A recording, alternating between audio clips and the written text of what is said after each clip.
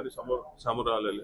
माननीय राजसाहेबांनी आम्हाला जेव्हा आमचे आकडे समोर आले आणि आम्ही त्यांना गणित सांगितलं, त्यांनी आम्हाला सांगितलं की स्थानिक पातळीवर जो तुझ्या नगरसेवकांचा विषय असेल त्याच्यावर निर्णय घ्या आणि त्या अनुषंगाने आम्ही घेतला. भाजपला बाजूला ठेवले अशी एक चर्चा राज्यभरामध्ये सुरू झाली. केडीएमसी मध्ये भाजपला बाजूला ठेवून कुठेतरी इतर नेते, मला वाटतं भाजपा शिंदे आणि एकत्रच आहेत ना, त्यामुळे त्यांना बाजूला ठेवायचा प्रश्न नाही.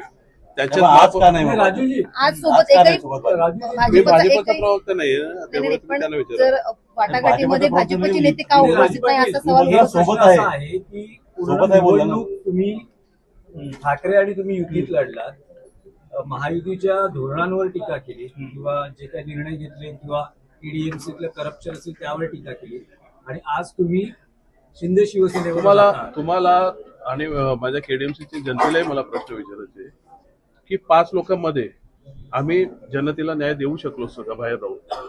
त्यामुळे सत्य